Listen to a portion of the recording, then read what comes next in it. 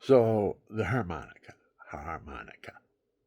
I'm getting all kinds of different ones. Blues harps are the best type, and I like a minor harp. There's major and minor harps. This is a minor one.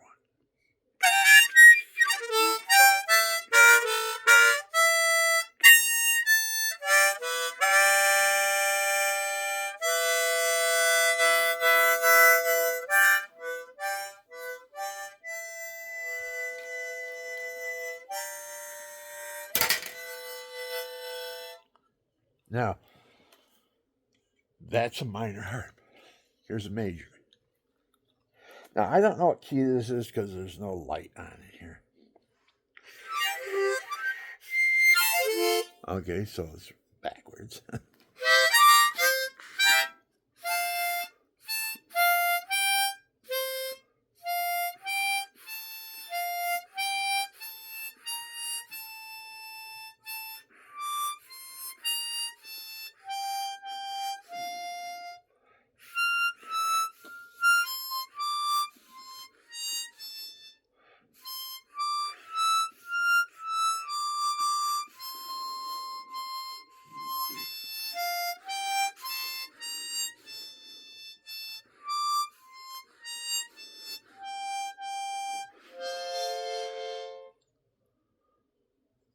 You picture the mother, the piano. I can't even think about it without crying. The Blessed Mother sitting there, and they take her son off the cross and put him in her lap. And she's there with her tears washing his face, blood off his face.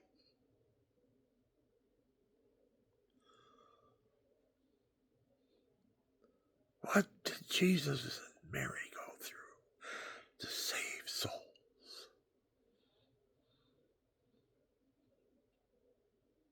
Think about that, people. When you think about the love of God, He paid the bill He didn't owe to save our soul. Gave His life. How much more? Everybody says, I don't see God doing nothing. You got the world and it turns around, and all the other worlds turn around too. So it's just a matter of this all just existed. Nothing created this. It just exists. All the order and harmony and precision and everything. Yeah, this watch. If I went to Mars, or no, let's say I go to the moon. I go to the moon, and I drop it. It's on the ground, right? And I don't know. Let's go 100 years from now, and a spaceship lands. They're looking around, all that stuff, and they see this watch, and they pick it up, and they look at it, and they shake a little bit. Time comes on. You know?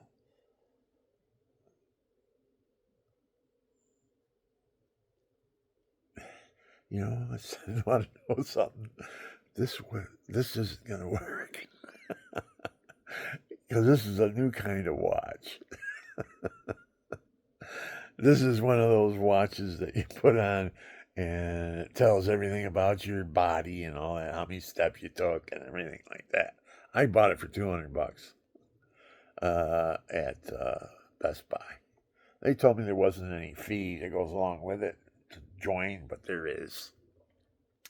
You have to join this place if you want, and it's $6 a month or something. I don't know what it was, but you have to join, and then you can use all its. It's got other attachments and stuff like that. If you join this place, but this just tells you basic stuff. How I don't know because I can't see it. I don't have glasses.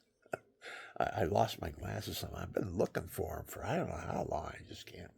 I'll come across them. At least that's what they were.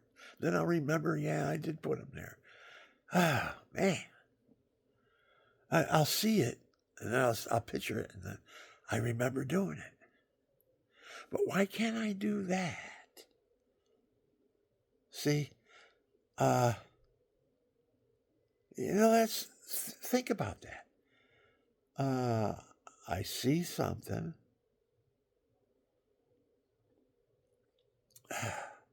There's a puzzle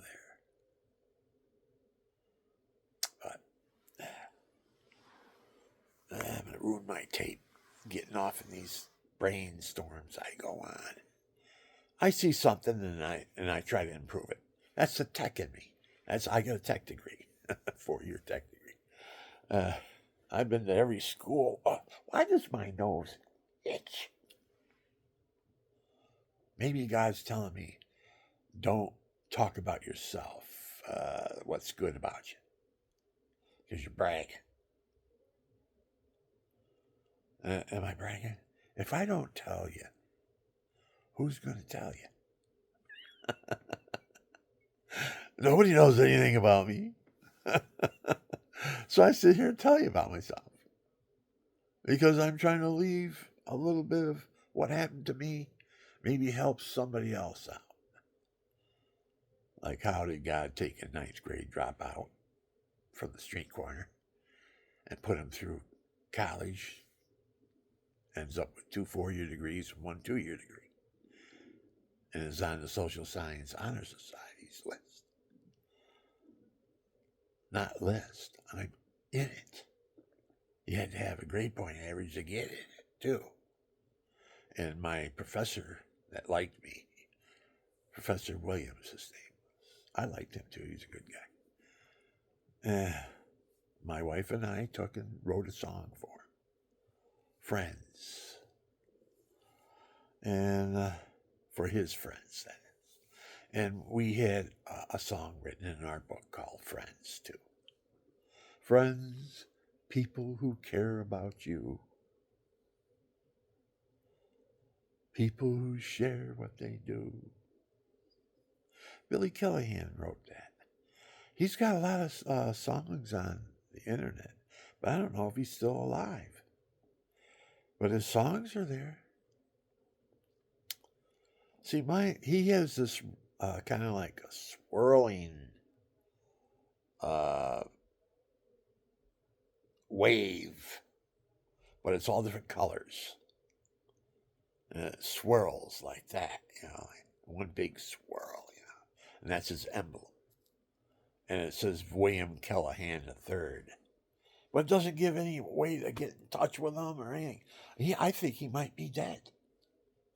Because I'm 76, and he was the same age as me, approximately. Maybe he was a year younger, maybe, or 2, maybe. But he was around the same age. He was playing guitar. He was better than me on the guitar. He was, because he was methodical and he practiced. I never practiced. I could have been really good on a guitar if I would have practiced.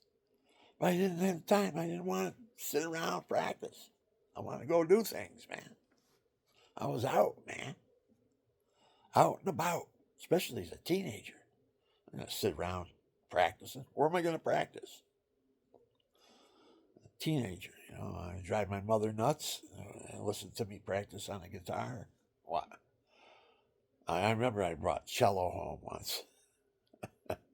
My first instrument when I was in 3rd grade, they allowed us to pick an instrument, take it home, and bring it in for your lesson.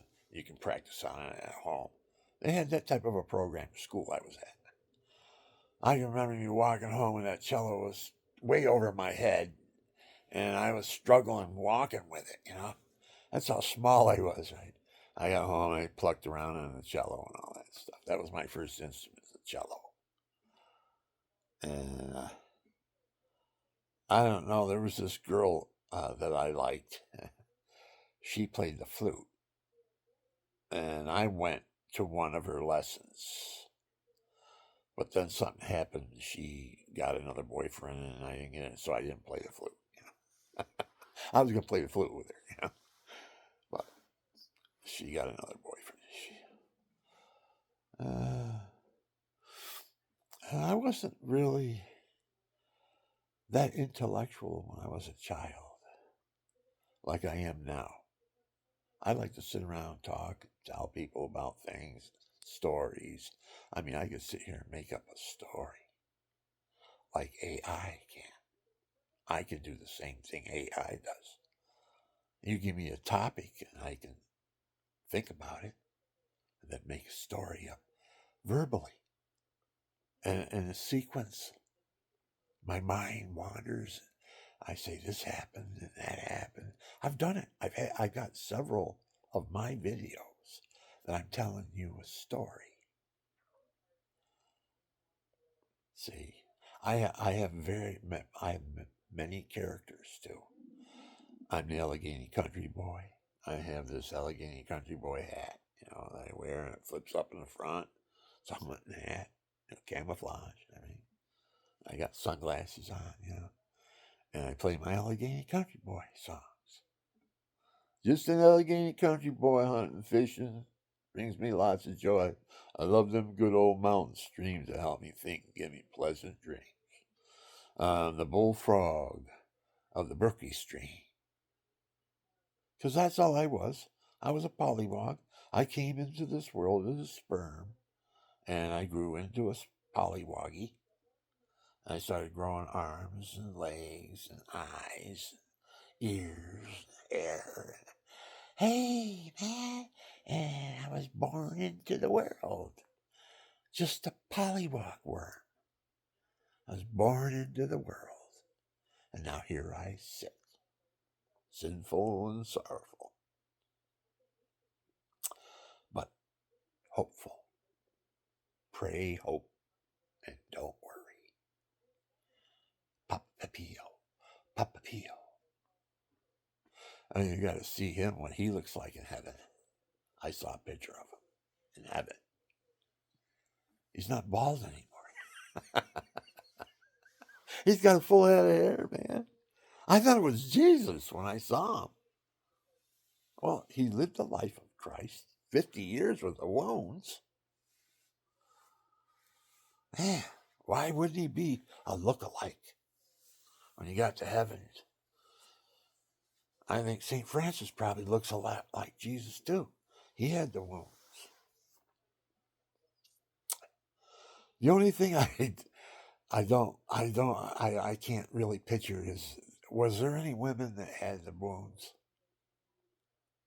of Christ? I I've seen some cards, where they have a crown, a dagger sticking right in their head. The wound representing that she had imprimatur. Not imprimatur, jeepers. The wounds of Christ. That would be an imprimatur, wouldn't it? The wounds of Christ would be an imprimatur, wouldn't it? So I don't know why I came up with that word. Isn't that something? The wounds of Christ. You don't even think about it. Did we ever think about the cross was on his shoulder, a heavy cross, and it was dragging? He was dragging it in his shoulder.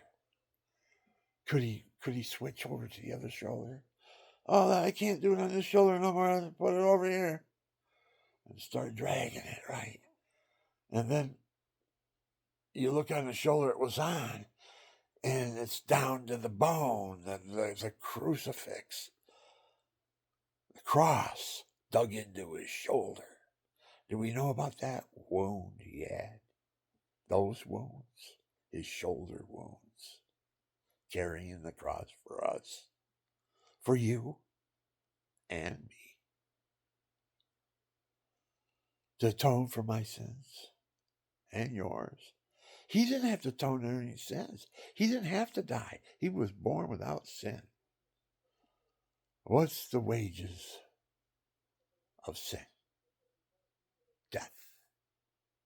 Jesus had no sin, but yet he died. He died for our sins. And that's the sacrifice that God accepted. Elohim. Jesus said, I must rise to the Father who is greater than I. So who's Jesus? Jesus is the face of God to humanity.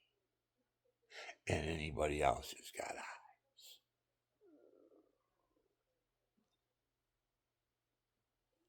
That's who Jesus is. He's the face of God to humanity. He is God. He's the Son of God. Elohim is greater. But Elohim has also made Yeshua the King of divinity and humanity in his person. Because God is so omnipotent, nothing can even understand or conceive what he is. So what did he have to do?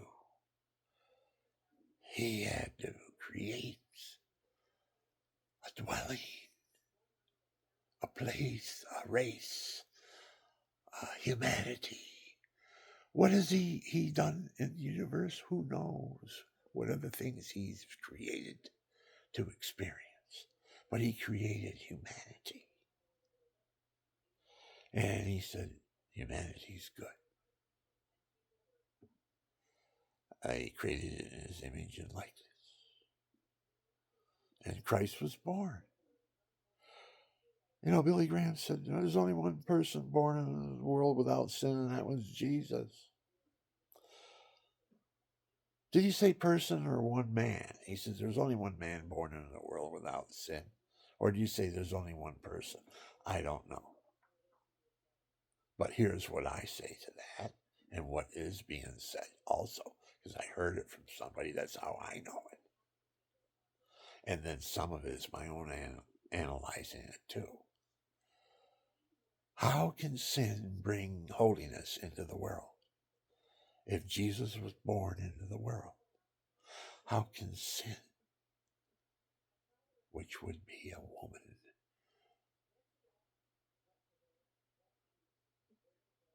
bring Jesus into the world?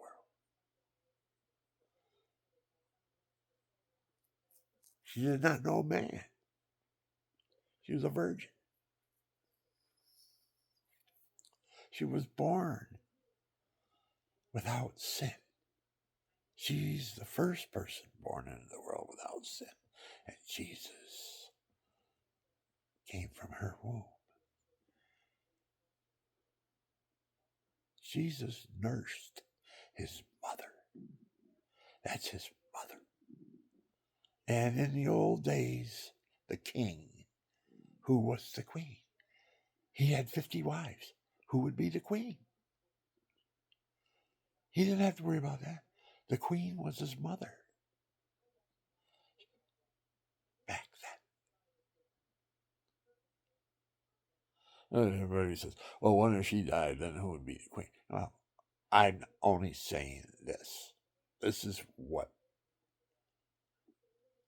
God's mother is like. It's a metaphor, people. Okay? Jesus' mother was born into the world without sin. She is the Immaculate Conception. I wear the medal. 2 of them.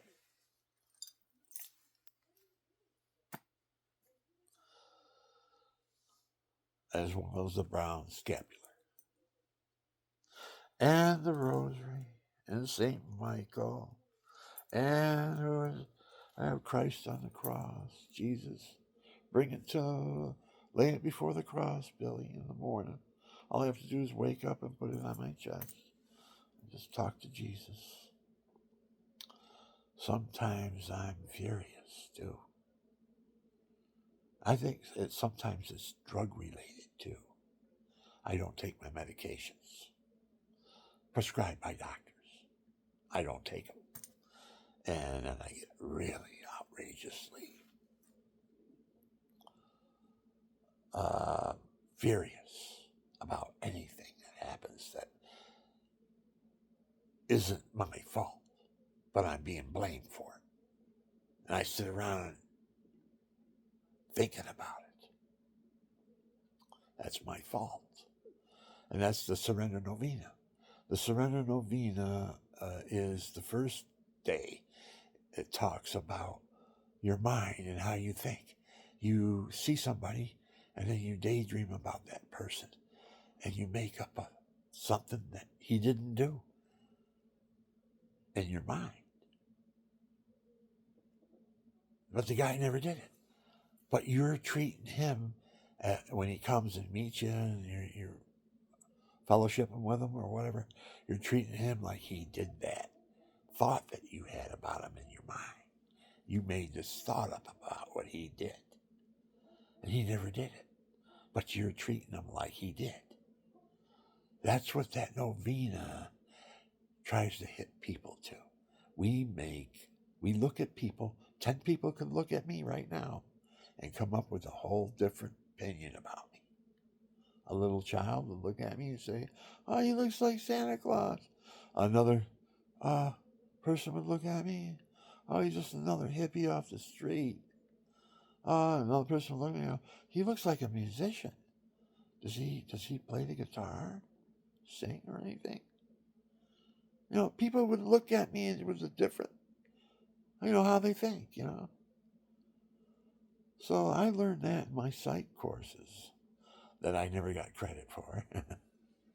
I took them for 8 weeks and then I dropped them. Because I didn't want to do all the book reading and taking exams and everything. I just wanted the experience. And all the classes I went to, 3 classes a week for 8 weeks. And at the end of 8 weeks, you can drop the course and only be charged 20%. And that's what I did to a lot of my psych courses. Took them for 8 weeks and then dropped them. And I only paid 20%. I got the full effect of them because all the lectures and all the syllabuses, all the books, everything is critiqued at the beginning of those first 8 weeks is the strongest part of your course. Then after that, it's reading and taking exams and lecture,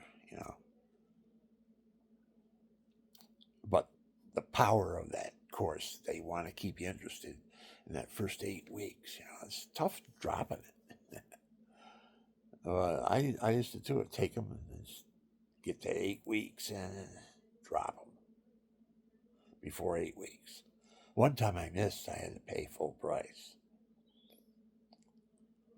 Couldn't cancel it without paying full price. Because if you go past 8 weeks, then you're sealed. You got to pay for the whole course.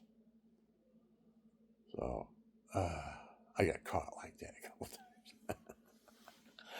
times. Whatever. I wasn't doing anything illegal. I just wanted an experience. I have been like that since I was a child. A little 1 or 2 year old let me loose in the kitchen, my grandmother's house. 2 or 3, I think I was, right? They let me loose in the kitchen, right? They were going to close me in the kitchen. Okay, you stay in here, and they put the door up and everything, and I could sit in the middle of the floor, and they gave me a toy or something, I don't know. But no, I had to explore, so I went into the cabinets. They put me in the kitchen, right? I'm 3 years old, I don't know what it is. And I go in the cabinets, I see these big pots and pans and all that stuff. And I take them, I bring them out, right? And how I got everybody to come to the kitchen was I started playing them like drums.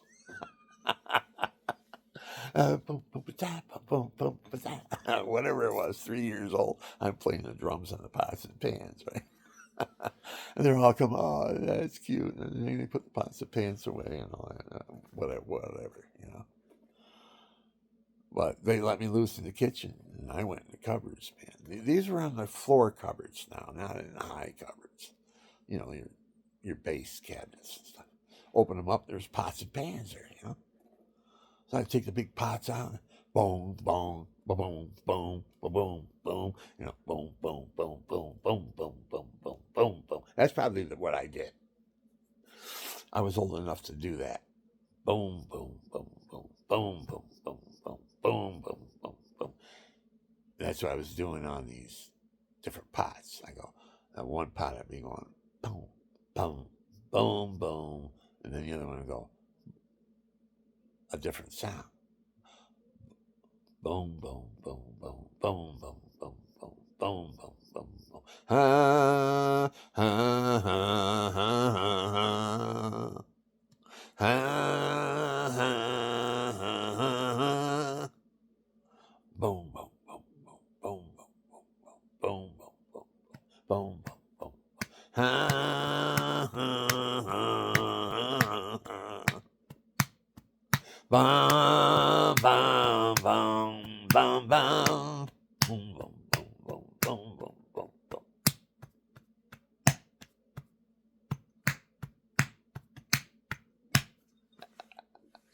Yeah, I can see. I get into it. I used to do that when I was in school, third, fourth grade.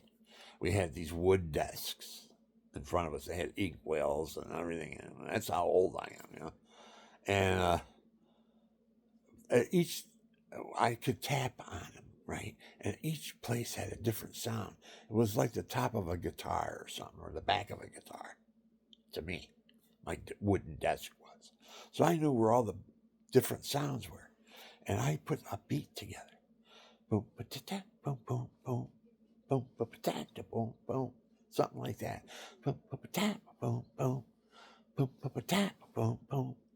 Because I knew where all the different sounds were on my desk, right? And the teacher would listen to that for a while until she would say, "Okay, Bill, that's enough. That's okay." But they would listen.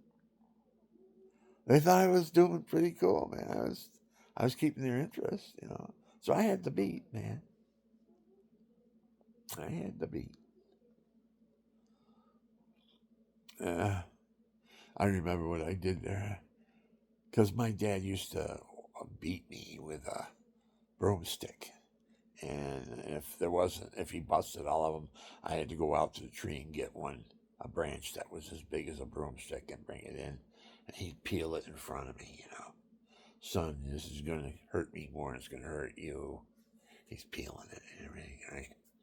And I'm going, "Well, what does he say? What do you mean by that? It's going to hurt him more than it's going to hurt me." I didn't know what he was thinking. Yeah, I had to be whipped. He believed in whipping and making your child submit, break his spirit, make him submit to you, but get him tough. So when because here's what happened. I was so tough from being beat with a broomstick that when I was threatened, and when I was a kid, they could hit you with the ruler, right? When I was threatened with the ruler to go back to the clothes closet, and that's where she whipped you with the ruler, right? That thin ruler. Right? Now I'm used to my dad beating me with a broomstick, hard, welts and everything, sometimes bleeding. And she's back there. "I'm gonna, if you don't behave, next time I'm taking you back there and giving you a thrashing with my ruler." And she had this big 36-inch ruler there, right? Little thin thing, you know. Right? And I'm looking at her, laughing, you know. So I challenged her, you know. I just started acting like that. She goes, "All right, in the closet. Go." And there was a cloak closet in the back of the classroom where everybody hung their coats in the morning when they came to class. Right?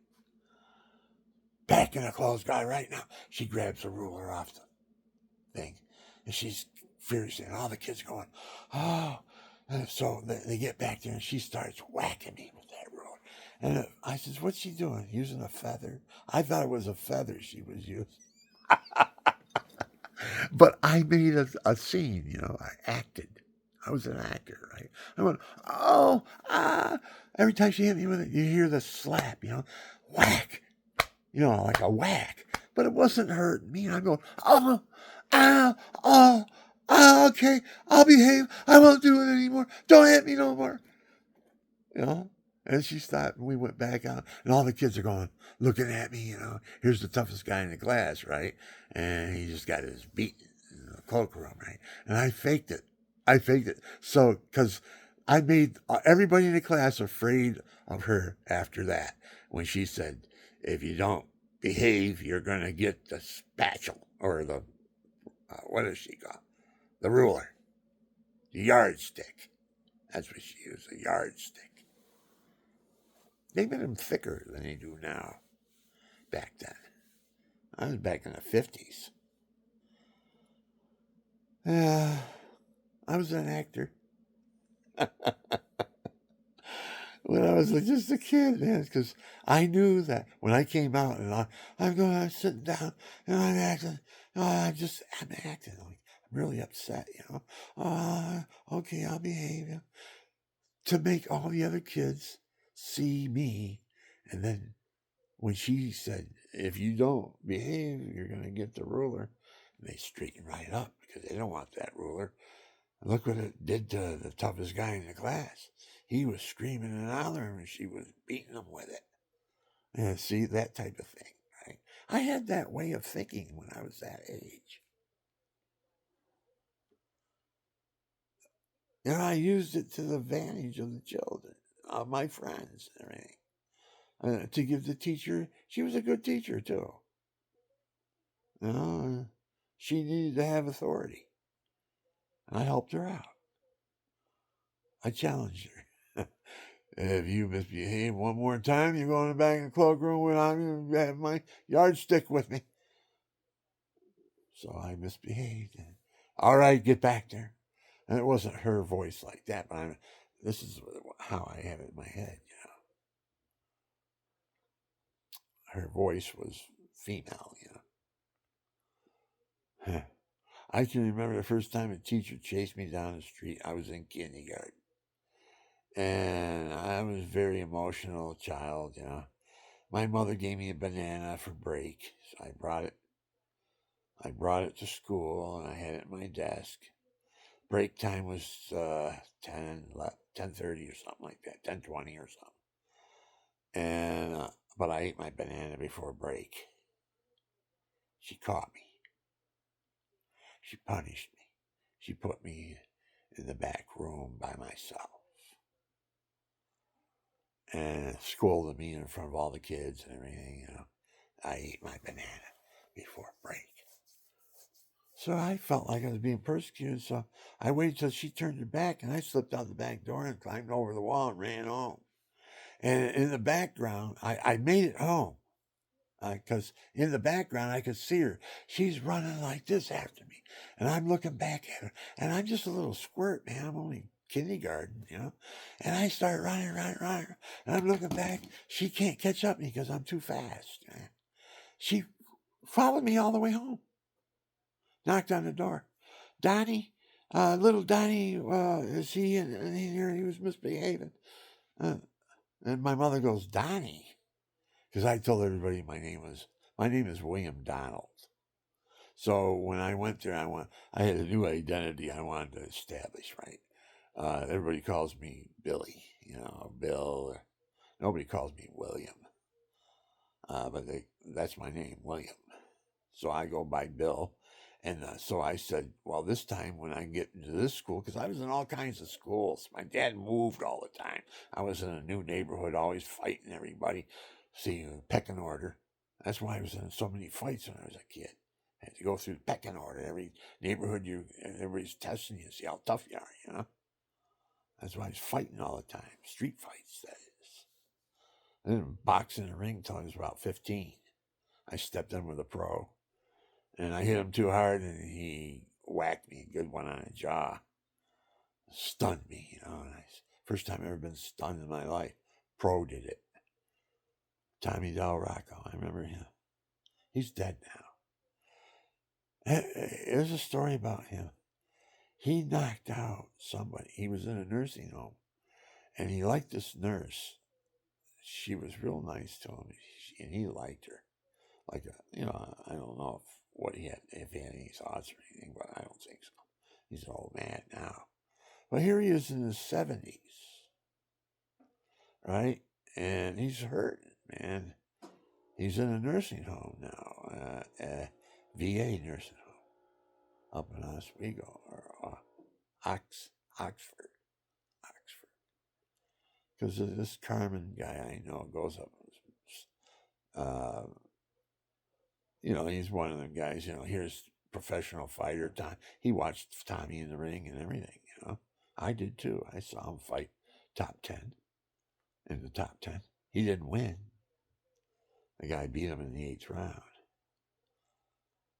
But he was in there, man, with the top 10. Tommy Del Rocco. He was funny. Oh, man, was he funny. I laughed so hard. He put on his wig, for the fight, right? He'd come up in the ring and he had his robe on. He had his those big movie Elvis Presley glasses on, right?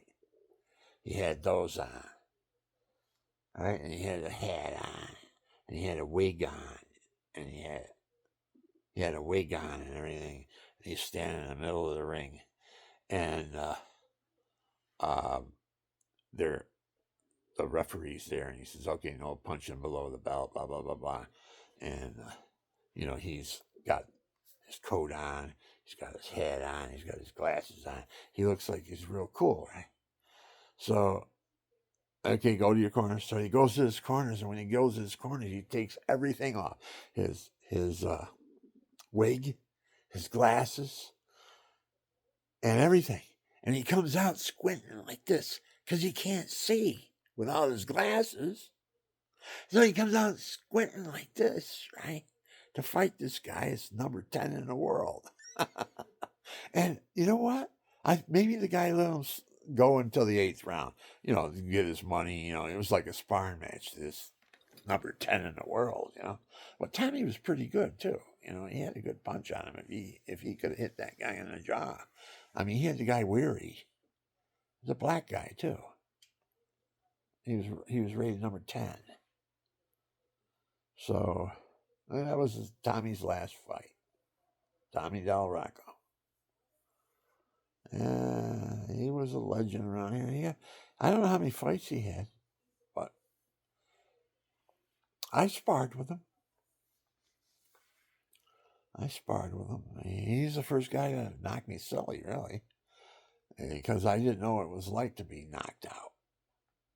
But he gave me a tap on the jaw, not a hard one where he could have knocked my head right off my shoulders because he was a pro, And I was in there sparring with him, learning how to fight and everything. I was only 15 years old.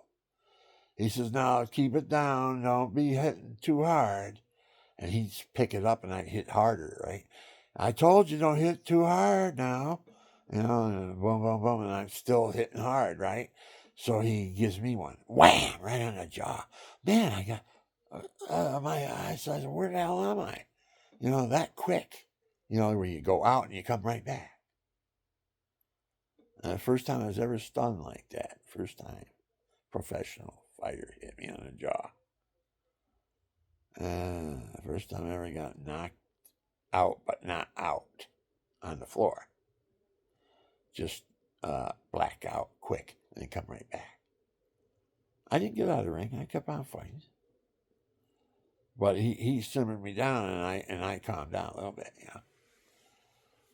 But that happened to me in the opposite. When I went down to Florida, I fought the Florida State champ, JT Dow, in Tampa. It was a gym fight.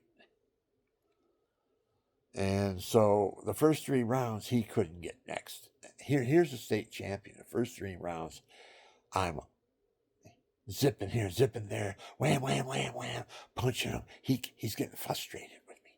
He wants to give me a good one, and he can't because I'm keeping him off for 3 rounds. I'm an amateur fighter. He's a professional, and he's a state champion. JT Dow, his name was. I remember his name because he hoodwinked me. He goes. So I, the third round, I could go for 4 or 5, And he was so frustrated he couldn't get to me, and he knew that I was only going to go 4 rounds or whatever. So he said, "Hey man," he said, "we ain't fighting for money here. Slow down a little bit now. Come on, man, slow down a little bit. We ain't fighting for money." That's just how he said it to me. "Hey man, slow down. We ain't fighting for money here." So I was thinking, oh well. I kept him off of me, man, because this guy wanted to unload one on me. Then I thought, when he said that, I thought, well, maybe I should slow down a little bit because he hasn't hit me with anything really. I haven't given him a chance, really. Every time he comes to arm's length, and he was about my size too. I kept him right off of my left. See, I'm left-handed, and I jab with my left hand. So every time it's 8 inches or more, it's like I'm hitting you with a straight left. Wham! And I hit people right here.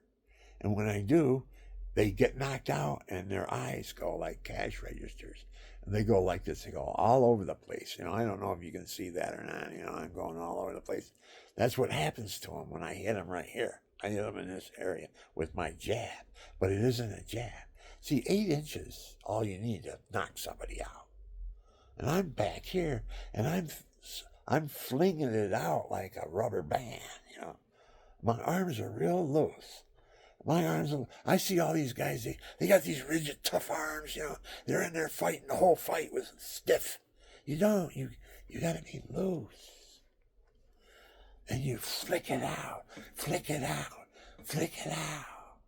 And then when you flick it out, you put your shoulder and back behind it, and it's a knockout punch. And I hit you right here. I hit a lot of guys like that. Put them out. But see, the danger is I hit you and you were stunned out. Then I'd go under and I'd rip you with another left hook to the ribs, and down you go, broken ribs and all. I did that. It happened to me. That's what JT Dowell did to me. Back. Because I used to do it when I was in the amateurs. Hit you. In a fight now, a real fight, hit you. And then wham, hit you. Or just hit you right here. I see an opening and wham, I hit like Mike Tyson, really. I was a middleweight too, but I was a weightlifter, see. I was well built, upper half. The bottom half, a little bit thin, because I ran more than I did squats or anything like that, or worked on my calves. I did work on my calves, but not good enough to where I could be in a bodybuilding contest. Because I was analyzed. Because a lot of people said, man, you should go for Mr. New York State, man, middleweight. Because I was lean, mean, fighting machine, man. And I could run with a deer. I was in top shape. I think about it. I got pictures of me. I don't know what happened to them. I got pictures of me bulging muscles and everything, standing in a pose, and my muscles all over my body. I weightlifted, I was a good weightlifter too. And a lot of people said, hey man, you should go for Mr. New York State. But see, what happened was I didn't work out on my neck good enough. I would have had a flimsy neck and skinny legs because I didn't work out on my legs heavy enough to build muscle to where it bulged, because that's what you got to have when you go for a muscle building contest, your physical condition.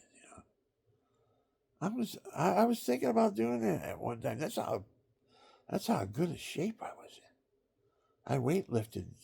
I was in a weightlifting club when I was 13, 14 years old. East Side Health Club. About 7, 8 of us. We all met weightlifting. And then he brought in this one guy one time. His name was Steve Kamashek. And this guy sat down on the bench and they put 600 pounds. Now, I watched my friend, I don't want to use names. I'm not using any names. Steve Kamashek is a public name because he was a football player. He played for the Giants. He was from Binghamton, too. First time I ever saw Steve was at State Park. And he was sitting at a bench. A big guy, huge guy. So you're drawn to him, go over. What's this great big guy? Who is he? So he was sitting there and he's got these great big hands, right? And there's back when the beer cans were beer cans, not made out of aluminum. They were made out of metal, when it was a real beer can. He took that dang beer can right from me and he goes, squishes it right down to where it was almost flat. That's how strong this man was. And he was invited to the health club to weightlift, because he was from Binghamton and we knew, the leader of the club knew him and had him come over to show what it's like, somebody bench pressing 600 pounds. And he came over and it was a piece of cake to him. Because I used to watch the leader of the club, who was 5 years older than me. I was 14, so he was about 18. Yeah, he was built really strong, too. Boy, he worked out most of his teenage life, and he was well respected for his physique and everything, And, where was I going with that? Who am I talking about? Oh, God. Yeah, God. I'll let you see that. Because I'm not an ego maniac. I'm not doing this for my own ego. I'm doing this because I hope I'm entertaining and it's practice. Like this right now, I haven't published it yet or anything. I'm making it right now. So it's 10 to 10. And I'm going to start getting hungry in another hour probably. Because I haven't had anything to eat since 6:30, 5:30. I have to have something in my stomach. But I've got this NutriBlend now. A new one. I had an old one. The blades didn't really grind the food up good. But this one's got new blades, man, and a different style, different angles and stuff. And when it hits that, you just push the button and it goes, ugh! And you look in there and everything's chopped up. That's how this blade works, right? So if you keep your finger on it and it goes, ugh! And then if you push the top button, it goes, you can take your finger off it and it'll keep on going, till you hit it again. It stops it. Then you take it off, take the cover off, put a drinking cover on it. I'm going to go to get some water pipe. 3/4 inch, 3/8 inch water pipe from Lowe's that they use for water in your house, and cut sections of it like 15 inches. And now you got a nice straw that you can drink your smoothies out of. Stick it right in there. Man, it's good. You got a big, nice smoothie straw. Because you can't buy these straws that they give you. I don't know why they give you You can't even you can't suck the milkshake in. I'm giving myself away. I don't drink that many, but when I do, I get disappointed because they don't give you big enough straws. So I always say, how can, because I'm always thinking, I'm a tech guy, see, how can I improve it? How can I improve it? And I was thinking, wow, they won't give you a big straw, so you're going to have one in your car. Maybe have a couple of them in your car. Go to the store and buy water pipe, 3/8 inch, that they use for water, for sinks and all that stuff. And then you cut sections, 15 inches sections of it. Buy a 4-footer. I don't know how many can get 15 inches out of 4 feet, you know. How many 15 inches are there in a foot? There isn't. It's more than a foot. 15 inches, you know.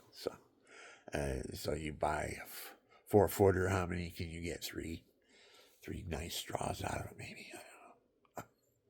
45 or 48. Yeah, you'd have 3 inches left over. That's pretty good calculation. But you go to the store and now you got 3 straws. One in the house, one in the car, and one probably in your shop or something like that. You got a drink, stick it right in there. You don't want to leave the cap off, you know? Or you don't have a cap. I don't know. I'm not getting it. See, I get off. Now, what was I talking about? That's what I am. You guys are my friends.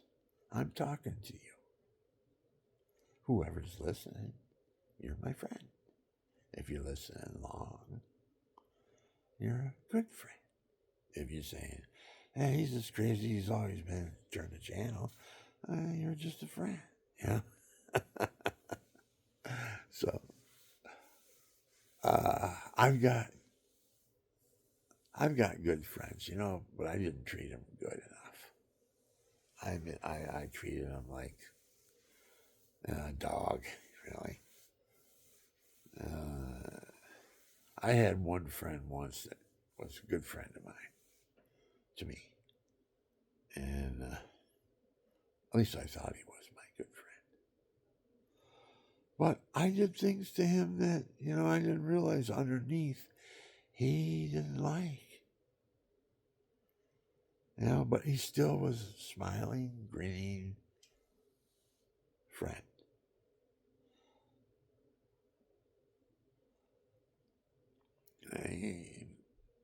And he did treat me like a friend. But in our old age, friendships grow apart. I didn't pay enough attention to his adopted children. Like he would send a card that he was just what uh, uh, what do they call it? Oh, confirmation or something like that, or a birthday or something like that. Lynn sent me my account slipped. I won't be able to use this tape. Well, that's the break.